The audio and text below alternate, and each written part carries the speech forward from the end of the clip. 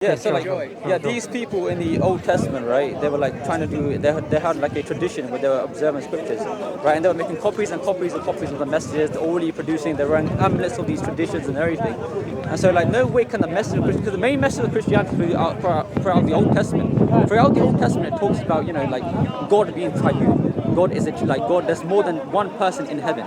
So Allah is basically, so if Allah is saying that this book has been corrupted, right? You've got a dilemma. Not only is Allah confirming a corrupted book where He's telling people, like He confirms His scriptures, He's telling people to stand by it, but also you have a dilemma where Allah is confirming that He is not one. Because in the Torah, it shows that God is not just one person, but there's a polarity in heaven.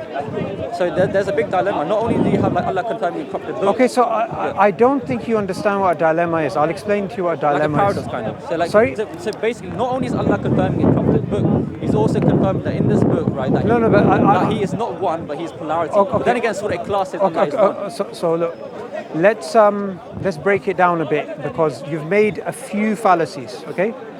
The first is, I think you've mistaken the idea of, because you've made several blunders in one go. Let's break it down one at a time. But it says, firstly, in Surah 2, right, that Allah's confirming. But I didn't. With them in their hands. Look, in the 6th century, they had the verses we have today. I understood. I understood your point. Yeah. But you've said quite a few things, so I'm trying to break it down structurally. The first fallacy you committed is the non sequitur fallacy. Okay, are you aware of what that fallacy is? You can quote fallacies and fallacies, but like it doesn't make it to be a true valid argument. Because I'm telling you based on your Quran. Okay, so firstly, Ish, I didn't. I let you say your point. Now I'm trying to basically address what you said. Sorry? Do you want to time the discussion? No, I mean I let you speak throughout. We don't need to time it. I pretty much in this conversation maybe spoken 10% of the time, and I've let you. Let me get the surah, because I want to get the surahs a bit big. So I think so first surah it says. Okay, so Ish, can I just point out something? You made your point, right? So I'm trying to address the point. I'm committing fallacies, but I'm not committing any. No, but I'm going by what your Quran is saying. No, but you're getting a little bit uncomfortable with me. I'm getting by what your Quran is saying. Okay, so you will try to bring up Paul Williams. No, because you used a term I've never heard before, so I asked Paul Williams what that term was. I'm going by based on everything your Quran said, and So to make it easier, let me just explain what you said, and you let me know if I missed out anything. You make a point. I'll give you 1 minute, then I'll speak. No. You're not going to give me time. It doesn't work that way. No, I'm saying I'm going to give you. I'm not going to time it. I'm going to let you speak. Yeah, of course you are. Okay, so firstly, let me explain to you the non sequitur fallacy. The non sequitur fallacy, and you've made a lot of fallacies and a lot of a mix. That's an approach of fallacies. A mix of fallacies doesn't. Okay, one second. Make that I'm wrong, but I'm saying what your Quran is saying. Are you going to keep interrupting me? Because then I can just. Look, I'm being nice to you because you initially came to me very politely. But now you're sort of not even letting me address your point. No, I'm letting you address it, but you keep saying like first. Are you getting uncomfortable? First of all, you're saying that I'm making lies up, I'm committing fallacies. I didn't say lie. I'm misquoting things. I'm saying whatever you. I never said lie. I never said you lied. But you say I'm like misquoting things and stuff like that. No, but I never said you lied. I'm paraphrasing. I'm trying to paraphrase what you said. You're not paraphrasing. You're inserting new words. No, I'm paraphrasing. So you basically trying to say that I was trying to misquote things and misquoting. No, okay. First, let me just clarify. You said I said you lied. I never said you lied. I'm paraphrasing. You didn't direct the word lie, but you was trying to say like. No, I misphrased your things. I think you've mistaken me saying you're being illogical with the idea that I'm saying you're lying. No, I just think you're being irrational. It's not the case that way I'm saying you're lying. I don't think you're lying. I just think you're irrational. So let me explain to you why. So can I explain it without you interrupting me? And did I interrupt you when you were speaking? No, okay, let me clarify something. Did I interrupt you when you were speaking? I'm giving you time to speak. No. Listen. I'm giving you 1 minute to speak. Listen, Ish. I'm being very nice to you, but you are in no position to give me time to speak. I'm giving you 1 minute. I'm giving you 1 minute to speak. I will speak as long as I feel. All right. So let me just explain something. I did not interrupt you when you were speaking. So now it's time for me to address what you said. Is that okay? But for me, I have to speak because the Dawah. Maybe this is why Paul walked The away. encounters I have with the Dawah people is that they try to speak over people. They won't let other people speak. Okay, so Which is why I'm trying to speak over. Okay, because fine. which is why I'm not Finish your trying- I'm not point. trying Finish your point. to- Yeah. So anybody wants to time this to have a fair discussion? No, we don't need to time it. Yeah, my main premise I was trying to talk about, right? The Quran is telling the people to stand by the Torah and Injil, right? Also, it says in the scripture, like how he mentioned, and I can agree with this point, how it says that they distorted the scriptures or they have misplaced it. But then again, why is Allah telling the people to stand by a book that's distorted? That's only going to lead people to the grave. It's only going to lead people to the wrong religion. If the Torah and the Injil really is corrupted, why is Allah going to tell people to follow a corrupted book? You don't have God saying that. You don't have God in the Bible telling us to follow a corrupted book. Also, in the 6th century, it says that the Quran is confirming the Injil and Torah that they had with them in the hand, that they already had.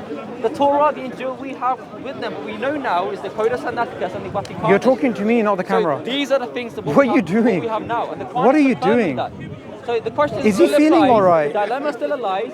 Why is the Quran confirming a corrupted book? I said to him, it's a dilemma because in the Torah, God is a triune. There's a polarity in Godhead in the Torah. Genesis 19:24, Genesis 35, Genesis 1, Genesis 19, Genesis 18. There's a polarity in heaven. So Allah is basically contradicting himself. He's confirming the Torah where God is more than one. Then again in the Quran, in Surah 12, 112, God says that he is one. You know, it's a big dilemma which he has to answer. Are you done? I'll give you time. Are you done? I'm done. Okay. Can you look at me and not the camera? You were looking at the cameras, not me. I'm expecting you to talk to me. You were looking at the cameras first. No, I You was turned- primarily you looking at turned this you. way, so I was turned with primarily. Okay, so now let me just I'm say. going to let you speak. No, you're not going to let me speak. I am going to speak, and you're going to listen. The first thing I want to say is you have not come here in the Christian spirit, because many of the Christians I interacted with, they do not interact the way that you interact. Like, 'cause we stand our No, ground. one second, let me I will speak. stand my I ground will because interrupt you guys now would because always you. interrupt me, never let us Listen, speak. listen. So I am going to stand my ground. Did I interrupt you when you were speaking? I'll let you speak on. Are you going to let me complete my point, or shall I walk away? You can do what you want. It's free choice, free will, freedom of choice. You know, you look really unchristian right now. You can speak. Okay, so let me just put it this way. I deal with many Christians, and they speak in ways that's respectful and dignified, and your approach with me so far has not been very Christian. I'll be honest with you. And I have very amicable relationship with the Christians in this park and the Christians That's online. a homonym, like, you can say that I'm not, like, Okay, trying to let me solve my complete my character, point. like- Let me complete my point. Stop getting uncomfortable. I'm not getting comfortable. If you decided to come into Speaker's Corner, You can speak how then you have to get used to being uncomfortable-ish. Well, who said You that? are Does it look like I'm acting, uncomfortable, you're bro? looking nervous to me right now. You're fidgeting. smiling, buddy. That's a fake coy smile, and I can see right You're the through one, it. you're the one to get angry. Like, And you're- I'm the one you're looking at me who's with some, like- pointing you're out looking to at me like you you. want to smack me in the face. Are you scared right now? Look like me on the spectrum. You're not addressing the question. Why is your Quran confirming that Injil and Torah Wait, corrupted? one second. Address that point. Stop going about my character. Address the point about Injil and Torah. Don't go about my character. If I'm feeling nervous or if I'm feeling agitated. Thank you address for the pointing out you're question. feeling nervous. Address the Thank question. you for pointing out you're feeling He's going nervous. about ad hominem attacks because he does not want to address the question. I've given him time to speak. I said, let's time the debate. Doesn't want to time it. Address the question. I give you 1 minute. Why is the Quran confirming a distorted book? The Quran says that the Torah and the Gospel is distorted. People have distorted them, misplaced it. Then again, he's telling the people to stand by it. It's only going to lead people to the wrong religion. In the 6th century, in Arabia, Allah's confirming that what they have with them in the hand. In the 6th century, we had the Sinaiticus, we had the Vaticanus, we had quotations from the church fathers. Why is Allah confirming this? Why is Allah confirming this corrupted book? Answer this. Man, that's why you probably didn't speak to him. Yeah. Answer this. Don't go on about my character. Address the question, address the answer. I'm giving you 1 minute to speak. Address. Why are these people laughing at you? Why are they laughing at you? Why are you laughing at him? Why are you laughing at him? He's appealing to a crowd. Why are you laughing at him? He's appealing to a crowd. Why is because he everyone can't here answer the laughing at question. you? Look, Why is everyone laughing at you? Because he can't answer the question. Huh?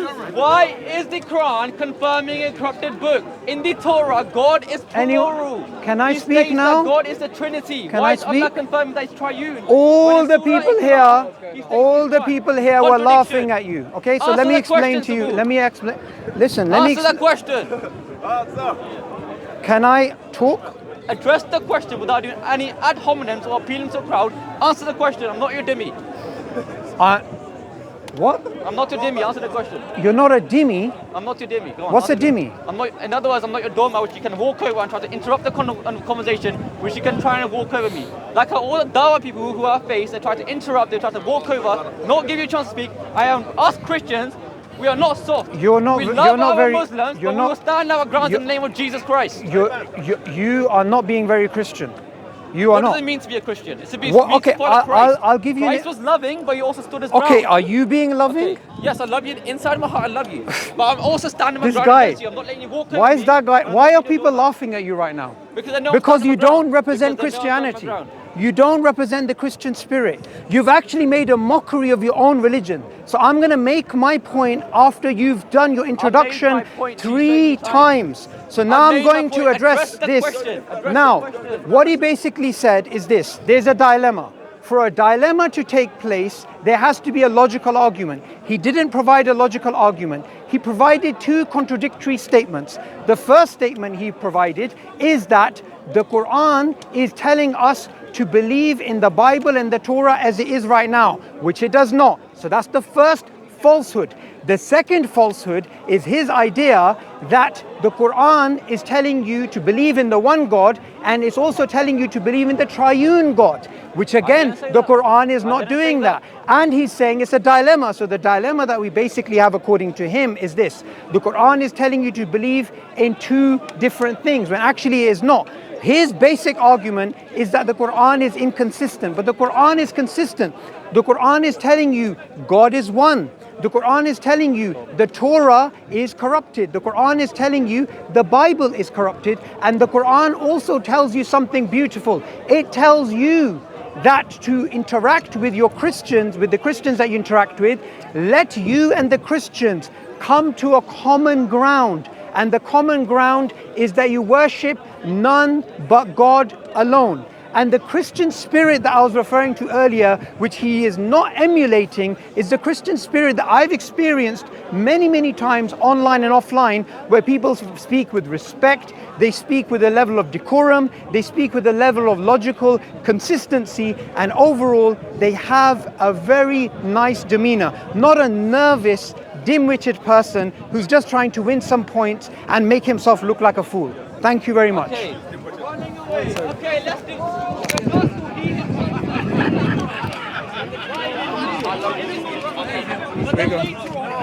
Whose are these? Allah is telling these people to stand by the gospel and the Torah. You have a dilemma. Why is God, all-knowing, all-powerful, going to tell somebody to follow a distorted book? Not only that, in the Torah, which Allah Himself says, for the Christians and Jews to stand on, that in the Torah it states that God is a plural being. There is more than one persona in heaven.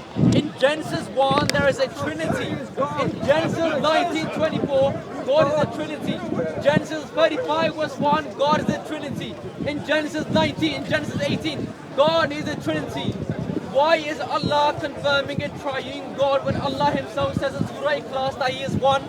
Why is Allah doing that? If Allah is confirming the Torah and Gospel, He's confirming everything in that book. He's meant to be the Muhammad.